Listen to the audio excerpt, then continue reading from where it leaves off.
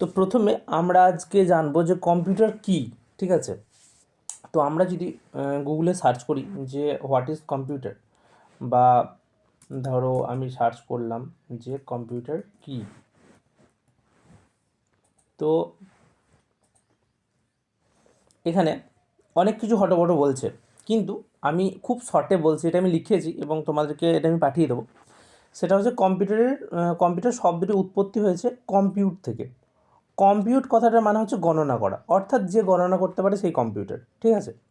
এবার সেটা অবশ্যই ইলেকট্রিক হতে হবে, সেটা ইলেকট্রিকের মাধ্যমে গণনা করে, অর্থাৎ বৈদ্যুতিক যন্ত্র একটা, ঠিক আছে। বিদ্যুৎ শক্তিকে কাজে লাগিয়ে আমাদের জন্য গণনা করে এবং যেটা ফাস্ট করে, ঠিক আছে। সে হয়তো একটা 2 আর 1 যোগ করতে 1 বছর লাগিয়ে দেবে সেরকম নয়, সেটা প্রচণ্ড ফাস্ট করে, মানুষ থেকে দ্রুত করে, সেটাই হলো কম্পিউটার, ঠিক আছে। কম্পিউটার বলতে আমরা এখানে যদি ইমেজ সার্চ করি, এখানে আমরা যেগুলো দেখছি শুধু এইগুলোই কম্পিউটার নয়, আমাদের মোবাইলটাকেও একটা কম্পিউটারের মধ্যে ধরা যায়, ঠিক আছে।